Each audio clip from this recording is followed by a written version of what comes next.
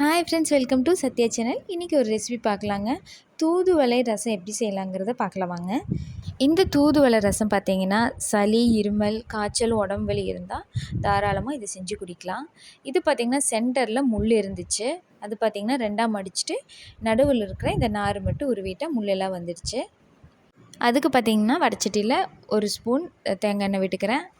மல்லி 1/4 ஸ்பூனு, சீரகம் 1/4 ஸ்பூனு, மிளகு 1/4 ஸ்பூனு, காரத்துக்கு மிளகாய் 1, பூண்டு ஒரு 4 பூண்டு எடுத்துருக்கிறேன். கழுவி அந்த தலையை பார்த்திங்கன்னா எடுத்து வச்சுருந்தேன், அதையும் போட்டுக்கிறேன். நல்லா இந்த மாதிரி தலை வணங்கினதுக்கப்புறம் நல்லா மிக்ஸி ஜாரில் தண்ணி விடாமல் அரைச்சிட்டு குறைன்னு அரைச்சிக்கலாம். அதுக்கப்புறம் தண்ணி விட்டு இந்த மாதிரி அரைச்சிக்கலாங்க. நிறைய தண்ணி சேர்க்கணும், ரொம்ப கெட்டியாக இருக்கும். பார்த்திங்கன்னா ஒரு 3 ஸ்பூன் தேங்காய் எண்ணெய் விட்டு கடுகு கருவேப்பிலை போட்டு தாளிச்சு விட்டுக்கிறேன். நல்லா இந்த மாதிரி ரசம் பொங்கி வருங்க. அவ்வளோதான், ரசம் ரெடி ஆகிடுச்சு. தேவையான அளவு உப்பு போட்டுக்கிறேன். இதை பார்த்திங்கன்னா சூப்பாகவும் குடிக்கலாம், சாப்பாடோட நல்லா பெனஞ்சும்